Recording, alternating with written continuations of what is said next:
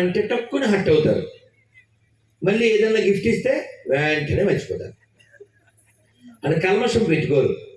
మరి మనము బాగున్నారా అంటాం, ఉట్టిదే ఇక్కడి నుంచే.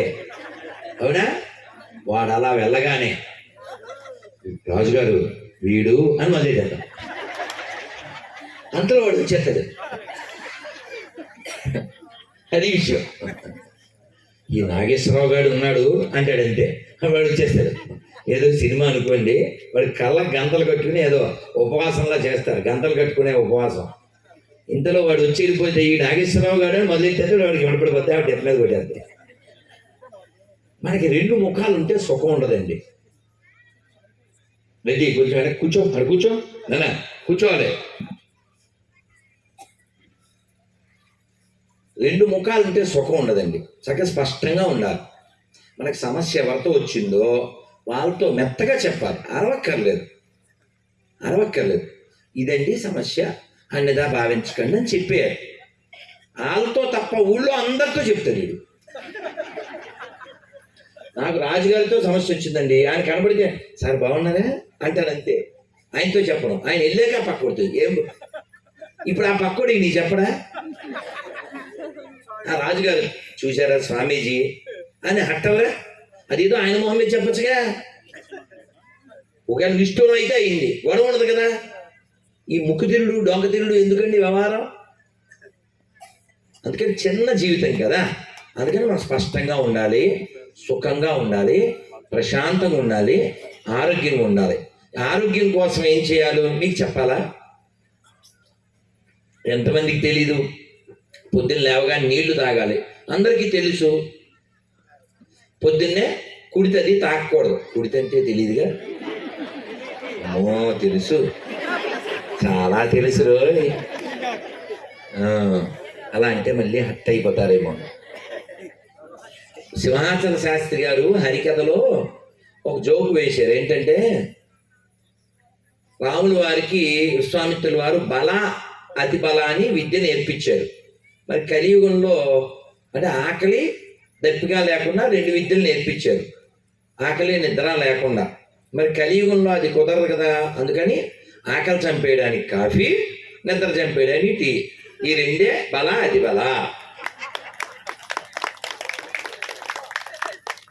నన్ను తీసుకొచ్చారు దేవన్న గారు. కాఫీ 1+1 ఆఫర్ అని అడిగింది కదా ఆవిడ. ఎవరో తాగకూడదమ్మా. ఆయన కారు ఎక్కాక గురువుగారు కాఫీ టీ తాగకూడదా? తాగకపోతే మంచిదా అన్నారు. అవునా, తాగకూడదు అని చెప్పాను. అంటే చాలామందికి నా కళ్ళతో చూశాను, పొద్దున్నే కాఫీ పడకపోతే కపాలం పనిచేయదు. ఒట్టు కళ్ళతో చూశా. మళ్ళీ మామూలు కాఫీ కాదు, స్ట్రాంగ్ కాఫీ. అఫ్కోర్స్ కుడితి అది వేరే కాదు. శ్రీకాకుళంలో ఉన్నది బుడితి, పొద్దున్న కావాలో లీటరు కుడితి. అంటే దానికి ఏమైపోయారు వాళ్ళు? కాఫీ టీకి అకష్టమైపోయారు. అలా ఉండకూడదు. ఈ ప్రపంచం అనిత్యం, అసుఖం, లోకం తాత్కాలికమైందండి. ఈ కుర్చీ చాలా బాగుంది, పట్టుకెళ్తావా ఏంటి వెళ్ళేటప్పుడు? అది పట్టుకెళ్తారా? ఏం పట్టుకెళ్ళాం, మనకి తెలుసు. పొద్దున్న రైలు దిగామా, నేను మౌనం కదా మాట్లాడను. బ్యాగులు సర్దాను, వీడికి సైకిల్ చేశాను, లెక్కలు అంతా సైకిల్ వచ్చినాయి. మా బ్యాగులు కూలివాడు వచ్చాడు అన్నాను, 100 ఇస్తా అని చెప్పా. సరే అన్నాడు, తెచ్చాడు. అయినా వెదమాన సూరు కదుగా 120 ఇచ్చాను అనుకోండి.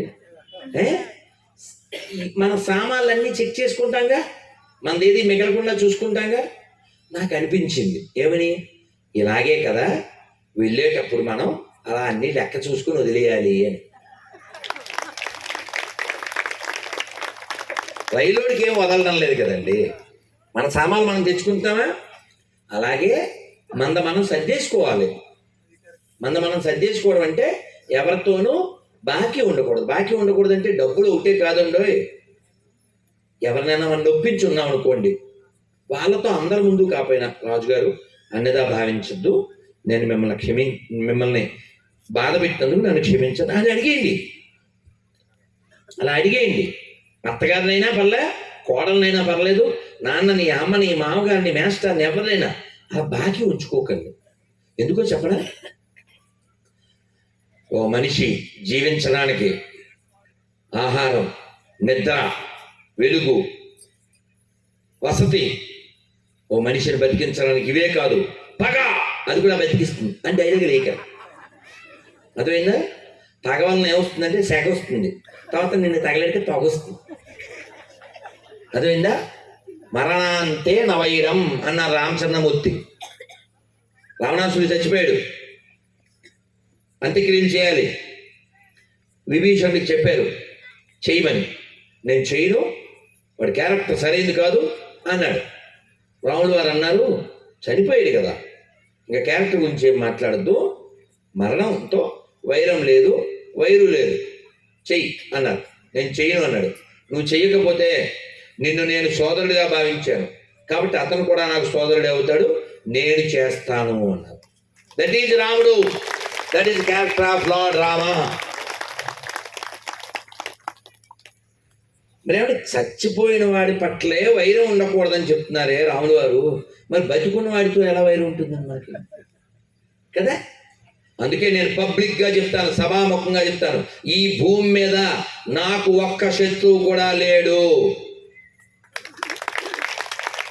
నన్ను అమ్మనా బూతులు తిట్టే వారితో సహా వాడెవడూ నాకు శత్రువు కాదు. నన్ను తిట్టినా సరే, పొద్దున్నే మౌనంలో ఉన్నాను, వాడెవడో గొర్రె ఫోన్ చేశాడు. గొర్రె అంటే మీకు తెలీదు, రాజుగారికి తెలుసు, ఆవిడకి కూడా తెలుసు. బుర్ర లేని ప్రతి వాడు గొర్రె. గొర్రె అంటే ఏం లేదండి, మీకు అర్థమయ్యేలా చెప్తాను. నేను పట్టిన కుందేలికి 3 కాళ్ళు అన్నోడిని ఏమంటాం? గొర్రె కదండి, అవునా? మూర్ఖుడు కదండి, మూర్ఖుడు. నేనే కరెక్టు, నాదే కరెక్టు, నా దేవుడే కరెక్టు, నా పుస్తకమే కరెక్టు, నువ్వు నమ్మకపోతే నరకానికి వెళ్ళిపోతావు అన్న ప్రతి వాడు గొర్రెగా. అలాంటి గొర్రె ఫోన్ చేశాడు. నేను మౌనం కదా, మరి బయటకు వచ్చి స్టేషన్లో విశాఖపట్నంలో నుంచున్నా.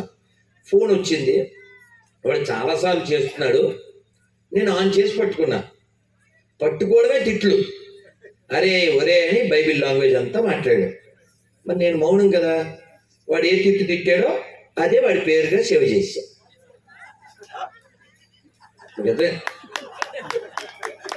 ఆవిడికి అర్థమైందండి, ఆవిడికి భలే అర్థమైంది. అమ్మయ్య, నేను ఎక్కడ నేర్చుకున్నానంటారేమో. మళ్ళీ అతనితో మళ్ళీ ఫోన్ చేస్తా ఖాళీ అయ్యాక. ఏంటి సార్ పొద్దున్న ఫోన్ చేశారు చెప్పండి సార్ అని అడుగుతా. అతను ఎవరో నీ అని మొదలుపెట్టి చాలా తిట్లు తిట్టేశాడు. నేను అతను కామెంట్లో తిట్టాడు, కామెంట్లో రిప్లై ఇచ్చాను, సార్ ఈ తిట్లన్నీ మీ అమ్మగారికి ఒకసారి వినిపించండి అని చెప్పాను. అతను మనిషి కాబట్టి వెంటనే స్వామి క్షమించండి నన్ను అన్నాడు. నాకు కావాల్సింది అది. నాకేం దండాలక్కర్లే, నాకు దండాలు, దండలు, శాలువాలు, సెల్ఫీలు అవి కాదు, నాకు అది కావాలి. వాడు మారాలి. నన్ను బండబూతు తిట్టిన వాడు కూడా మనిషి అయితే చాలు, అది కావాలి. నేను ఓపెన్గా చెప్తున్నా, నాకు ఒక్క శత్రువు లేడు. ఏ బేసి మీద చెప్పేవు రాధమనో దాస్? నేను చెప్తాను, మీతో చెప్పిస్తాను. ఒకసారి నమస్కారం వదలబెడు. భగవద్గీతలో 15వ అధ్యాయంలో 7వ శ్లోకం ఇది. మమైవాంసో, ప్రసాదం పెడతారు, భోజనం ప్లీజ్. ఇలా చెప్తే కానీ ఏం పెడుతున్నారు సార్ మీరు? వెరైటీస్ ఉన్నాయంట ఎక్కువ. ఓకే అమ్మో ఇడ్లీ, మనోడు ఇడ్లీ. ఓకే మమైవాంసో, చూసారు ఇడ్లీ అనేసరి సౌండ్ అంత ఇడ్లీ పెరిగింది. మమైవాంసో, ఎంత అద్భుతంగా ఉంది సార్. మమైవాంసో జీవలోకే జీవభూత సనాతన మనఃషష్టాని ఇంద్రియాని ప్రకృతి స్థాని కర్షతి. భగవద్గీతలో 15వ అధ్యాయం 7వ శ్లోకం. ఇప్పుడు మనం ఉన్న ప్లేస్ ఏంటిది? ప్రకృతి వ్యాలీ. ఈ శ్లోకంలో ఏమొచ్చింది? వచ్చిందా ప్రకృతి కదా? మమైవాంశో జీవలోకే జీవభూత సనాతన మనఃషష్టానింద్రియాణి ప్రకృతి స్థాని కర్షతి. ఈ శ్లోకం నేను అనుకుని చెప్పానా? ఏమీ లేదు, అది సహజంగా వస్తుంది. ఇందాక వచ్చి వాళ్ళు వీళ్ళు రూమ్ దగ్గరికి వచ్చి మన వాళ్ళు, గురుజీ అక్కడ కడతాల్లో భలే చెప్పారు అన్నారు. నేనేం చెప్పలేదు, బౌద్ధుడు చెప్పించాడు అంతే. ఇది కూడా అంతే. నాకు తెలిసింది ఓన్లీ రిపేర్ చేయడం, నో ప్రిపేర్, ఓన్లీ రిపేర్. పెన్నో పేపర్ ఏమి లేవు. సహజంగా భగవంతుడు ఇచ్చేది పలికేది పలికిస్తాను, పలికించేది పలుకుతాను. ఇక్కడ ఏం చెప్పారంటే మమైవాంశో జీవలోకే జీవభూత సనాతన, ఈ ప్రకృతిలో ప్రతి ఒక్కరూ నా అంశయే అని చెప్పారు కృష్ణ భగవానుడు. అందరూ ఆయన అంశ అయినప్పుడు, నేను ఆయన అంశ అయినప్పుడు నాకు శత్రువు ఎవడు? అందరూ నావాళ్ళే కదా. నన్ను తిట్టినవాడు నావాడే, నన్ను పొగిడినవాడు నావాడే, నన్ను కాదన్నవాడు నావాడే, నన్ను కావాలనుకున్నవాడు నావాడే, అందరూ నావాళ్ళే. ఈ భావన మనకు పెరగాలి. ప్రపంచంతో వైరవద్దు, వైరు వద్దు. ఏం చెప్పాను? అర్థమైందా? వైరం వద్దు అంటే గొడవ వద్దు, వైరు వద్దు. ఎందుకండి కనెక్షన్? ఎందుకు చెప్పండి? అదేనా కేబుల్ కనెక్షనా? వినోదం పంచడానికి. మీరు నవ్వుతారు చెప్తే. సెల్ ఫోన్ లేదు, ఛార్జింగ్ పెట్టే. సెల్ ఫోన్లో మీకు ఇష్టమైన పని ఏంటి? నన్ను అడగండి, మీకు ఇష్టమైన పని చెప్పరా? డిలీట్ చేయడం. ఒట్టుగా నాకు ఇష్టమైన పని డిలీట్ చేయడం, అలాగే బ్లాక్ చేయడం. ఎందుకంటే మనం ప్రపంచాన్ని వదిలించుకోవాలి, వారాయ్ అని కలుపుకోకూడదు. అర్థమైందా? ఇప్పుడు కొన్న చాలదు ఏంటి అంత. అర్థమైందా? అందుకని ప్రపంచాన్ని పెంచుకోకూడదు. ఎవరితో అయినా చిన్న అవకాశం వస్తే వదిలేయడానికి చూస్తాను నేను. ఎంత దుర్మార్గం అనుకుంటున్నారేమో. ఏం కాదు. ఏమండి, మనతో మనమే పడలేకపోతున్నాం. మనమే పెద్ద సంత మనకి, అవునా కాదా? చెప్పండి. ఇంకో పెళ్ళం ఉండాలి. ఇది కాదు, ఇది పెళ్ళం. ఇది పెళ్ళం కాదా? ఇది గొల్లెం కాదా? ఇది బల్లెం కాదా? చెప్పరా సాంబా, రాసుకోరా రాంబా, అవునా కదా? కాబట్టి ప్రపంచాన్ని పెంచుకోకూడదు, చక్కగా నవ్వుతూ అలా వెళ్ళిపోవాలి. ఎందుకంటే 5 ఇంద్రియాలతో మనం చాలా ఇబ్బందులు పడుతూ ఉంటాం. ఇందాక మనం ముందే చెప్పుకున్నాం, అడిగేది నాలిక, పడేది పొట్ట. అలాగే అడిగేది మనస్సు, ఇబ్బంది పడేది ఆత్మ. అందుకని వాళ్ళకి వెలిగిందా? థ్యాంక్స్. జ్ఞాన బల్బు డింగుమలే. ఇలా ఎలగడం కోసం ఇన్ని మాటలు మాట్లాడేది. అందుకని మనస్సుని మనం బతిమాలనకూడదు, ఎదిరించనకూడదు. మా గురువు గారు ప్రభుపాద వారు చెప్పారు, don't fight with maya, just avoid maya. ఎందుకు? వీరికి అర్థమైంది. తక్కువ పట్టుకున్నారు. Love you sir, love you Raju garu. Fight చేయొద్దు, అలాగని ఫ్రెండ్షిప్ కూడా చేయొద్దు. దీనికి ఏం చెప్పిందంటే శాస్త్రం, చెడ్డవాడు ఎటువంటి వాడు అంటే, వాడు నిప్పులో ఉన్నప్పుడు పట్టుకున్నాం అనుకోండి కాలుతుంది. వాడు బొగ్గులో ఉన్నప్పుడు పట్టుకుంటే ఆడికి కసి, మనకి మసి. అర్థం చేసుకో శశి.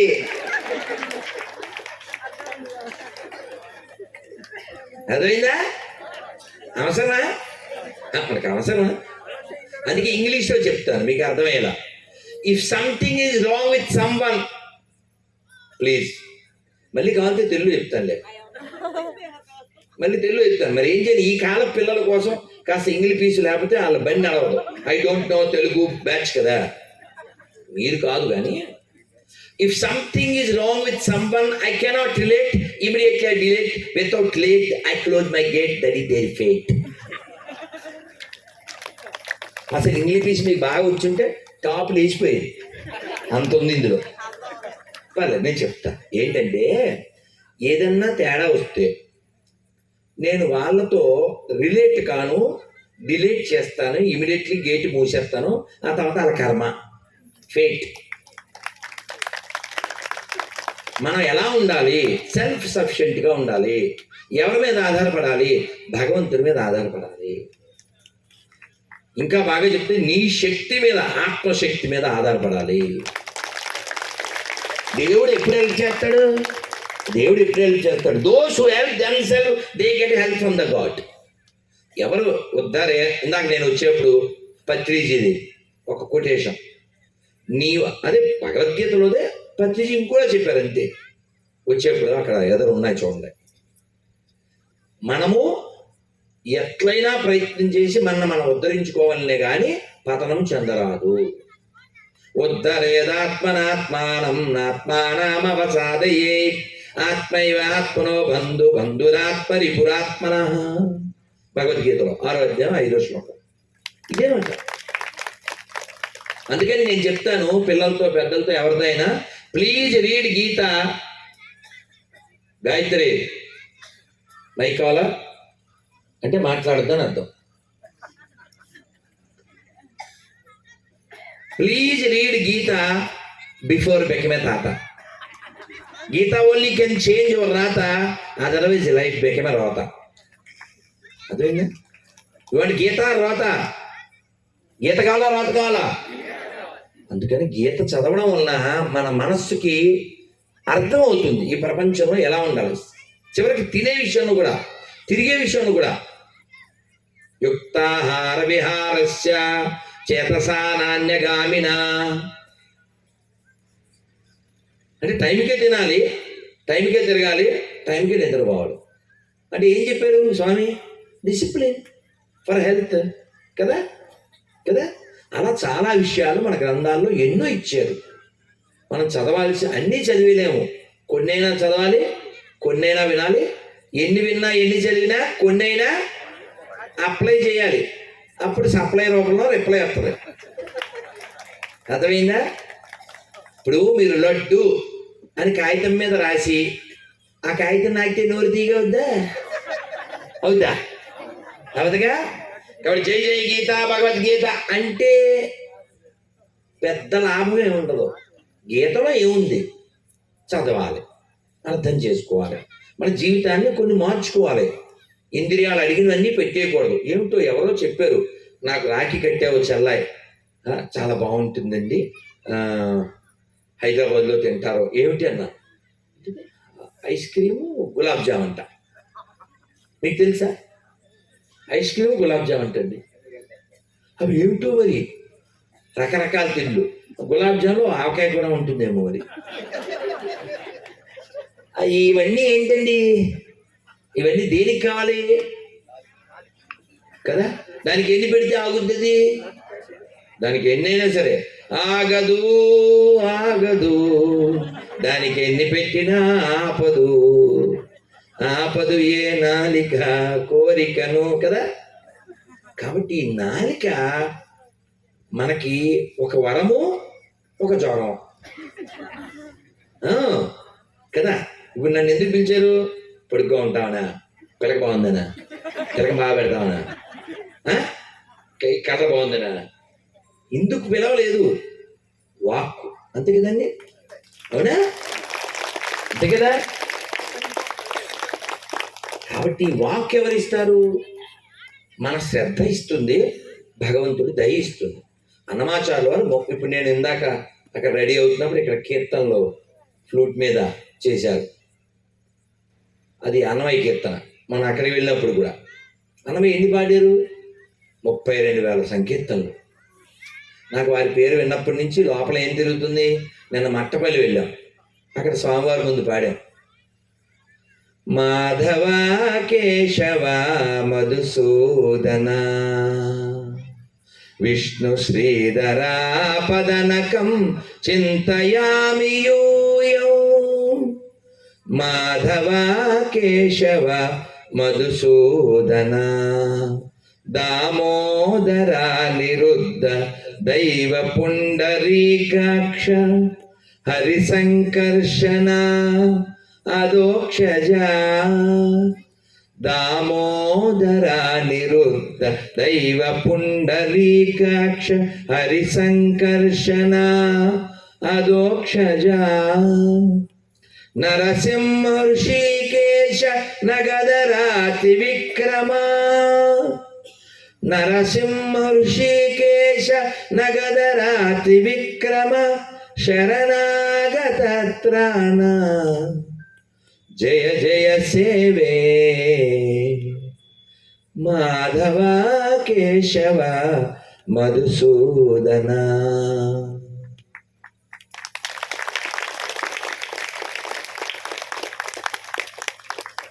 సంతోషంగా జీవించండి, ఎంత ఉంటే అంతలో జీవించండి, ఆనందంగా ప్రశాంతంగా జీవించండి. ధ్యానం మన ఉద్దేశం లోపలికి ప్రయాణం, గుర్తుపెట్టుకోండి. ధ్యానం ఉద్దేశం లోపలికి ప్రయాణం, లోకంలోకి కాదు.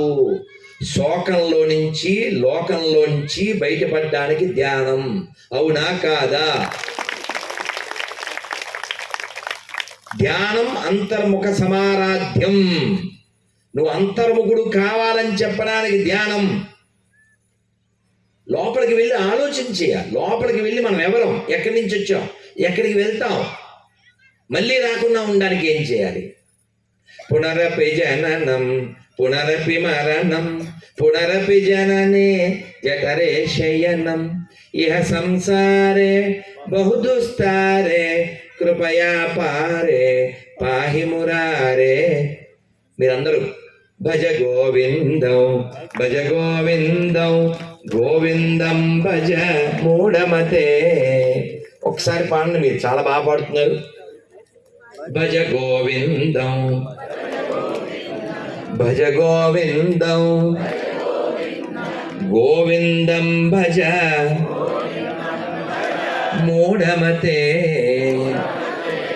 భజ గోవిందం భజ గోవిందం గోవిందం భజ మూఢమతే. శ్రీ శంకర భగవత్పాదుల వారికి ఒక్క కథ చెప్పి నేను ముగిస్తాను. అవునా అవునా ఏమో, నేను నాది జియో టాక్ట్ ఏమో, అన్లిమిటెడ్. ఇప్పటికే చాలా చెప్పేసానేమో, ఇంకా వార్నింగ్ ఇంకా పొడవలేదు రాజుగారు అని చూస్తున్నాను నేను అంటే ఇది అది స్వరరాగ గంగా ప్రవాహమే అని అలా వెళ్ళిపోతుంటది. నాకు చాలా గుర్తొస్తుంటాయి. అమ్మో, పక్కన ఏ డెడ్ లైన్ చెప్పలేదు, టైం చూద్దాం, సెల్ కూడా లేదు. అందుకని ఇది జరిగింది పెద్ద చాలా కాలం కాదు, ఒక 100 ఏళ్ల లోపు. ఒక భిక్షగాడు ఒక ఇంటికి వస్తే పూర్వకాలం ఏమని పిలిచేవారు? సంస్కృతంలో పిలిచేవారు, తెలుసా? ఏమండి మీరు చెప్పండి. ఇది ఒకటి. ఇంకా మాదా కవలం. ఓకే, ఇంకా కొంచెం సంస్కృతంలో ఎవరన్నా ప్రయత్నం చేయండి. భిక్షాందే భిక్షాందేహి చ పార్వతి. శివుడు అంతటి వాడే నిలబడి అడిగాడు, మనం ఎంతండి, మనం ఎంత చెప్పండి? ఎన్నిసార్లు పాడుకున్నాం? ఆటగదరా శివ ఆటగద కేశవ ఆటగదరా శివ ఆటగద కేశవ ఆటగదరా నీకు అమ్మ తోడు ఆటగదరా శివ ఆటగద కేశవ ఆటగద జననాలు ఆటగద మరణాలు మధ్యలో ప్రణయాలు ఆట నీకు ఆటగద పంతాలు ఆటగద అంతాలు. ఆట భగవంతుడికి ఏమిటిది? ఆట. మనకు అప్పుడప్పుడు తీసేదేంటి? తేట తాట. ఎందుకంటే అది ఆల్రెడీ ఆయన దగ్గర ఉన్న వాట. అర్థం చేసుకోరా బేట అని పట్టుకుంటాడు ఆయన బాట. అర్థమైందా? అవమానం వచ్చినా ఇబ్బంది వచ్చినా అర్థం చేసుకోవాలి. ఓ మనకి క్షయం అయిపోతుంది కర్మ. ఇది గుర్తుపెట్టుకోవాలి. నన్ను అంటారా అని పీకు చచ్చిపోకూడదు. మళ్ళీ ఆయన గురించి వెళ్ళి ఆ దగ్గరికి చెప్పాడు, వాళ్ళకి తెలుసుకో మళ్ళీ ఆయనకి ఇంకో క్లాస్ పీకాడు. అవసరం అండి ఇప్పుడు బాలాజు? అవునా కదా?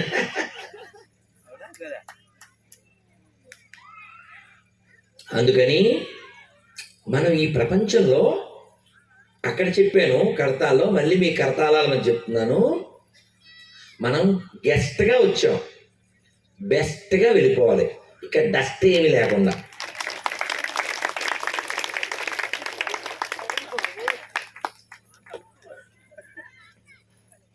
మనం ఇక్కడ రైల్లో వెళ్ళేటప్పుడు ఆ తుక్కు అది అక్కడ పడేస్తుంటాం కదా, చెనక్కాయలు అవి తిని. ఎందుకని? ఇంకోటి వచ్చి శుభ్రం చేస్తాడు. మన ఇంట్లో అలా చేయంగా. మీరు కాదులండి, మీకు డిసిప్లిన్ ఉంది, లేని వాళ్ళు కూడా చెప్పాం. ఎవరినో అడిగితే, నన్ను అడిగితేనో చెప్పాను, మన దేశం ఎప్పుడు అభివృద్ధి చెందినట్టు అని అడిగారు ఎవరినో. ఆ సమాధానం వింటే తిరిగిపోయింది. ఏమని చెప్పారు తెలుసా? రైల్లో బాత్రూంలో ఉండే మగ్గుకి గొలుసు కట్టనప్పుడు మన దేశం అభివృద్ధి చెందినట్టు అని. వ్యవస్థ కదా.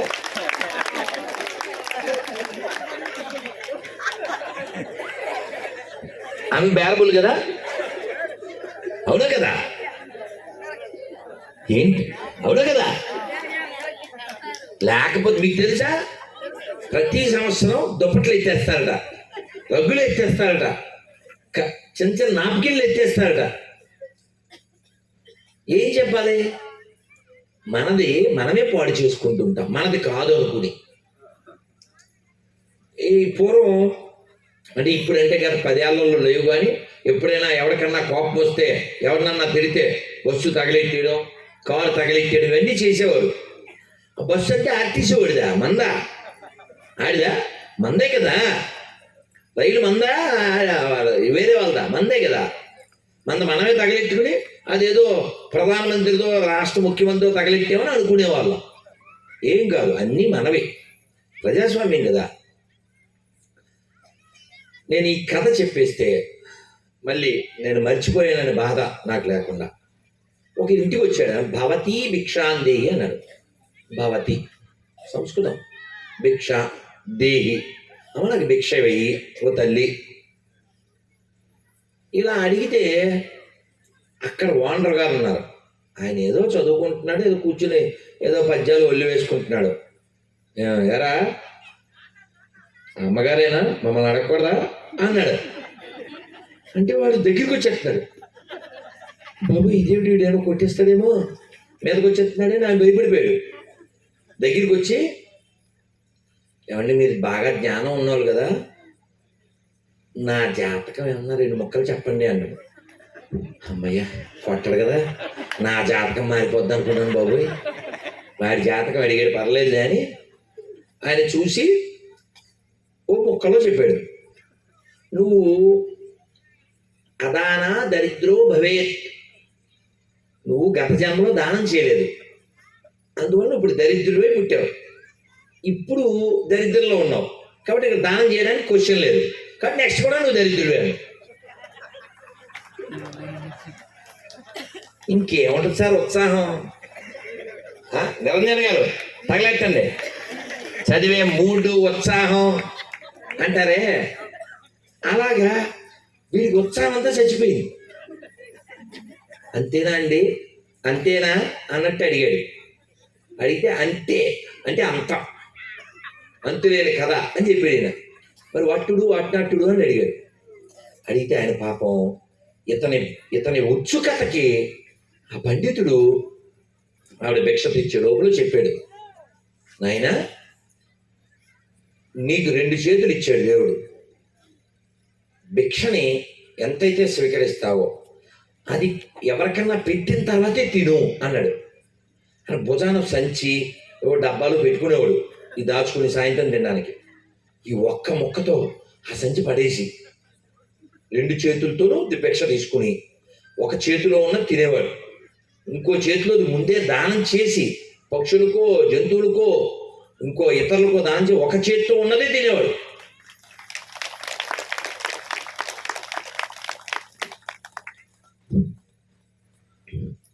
అలా రోజులు గడిచిపోతున్నాయి.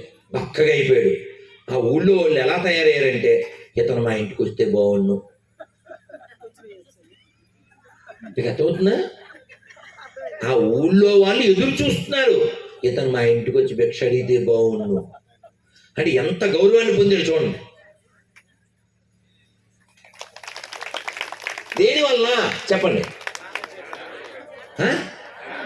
దానం. సరే, పాయింట్ 1. ఇంకో పాయింట్ ఉంది, అదేంటంటే త్యాగము. త్యాగం ఉంది కదా, వచ్చిన దాంట్లో సగం ఇవ్వడం అంటే ఏంటండి? త్యాగం. సరే, దానము త్యాగం, దాని ముందే వచ్చిందని చెప్పాలి.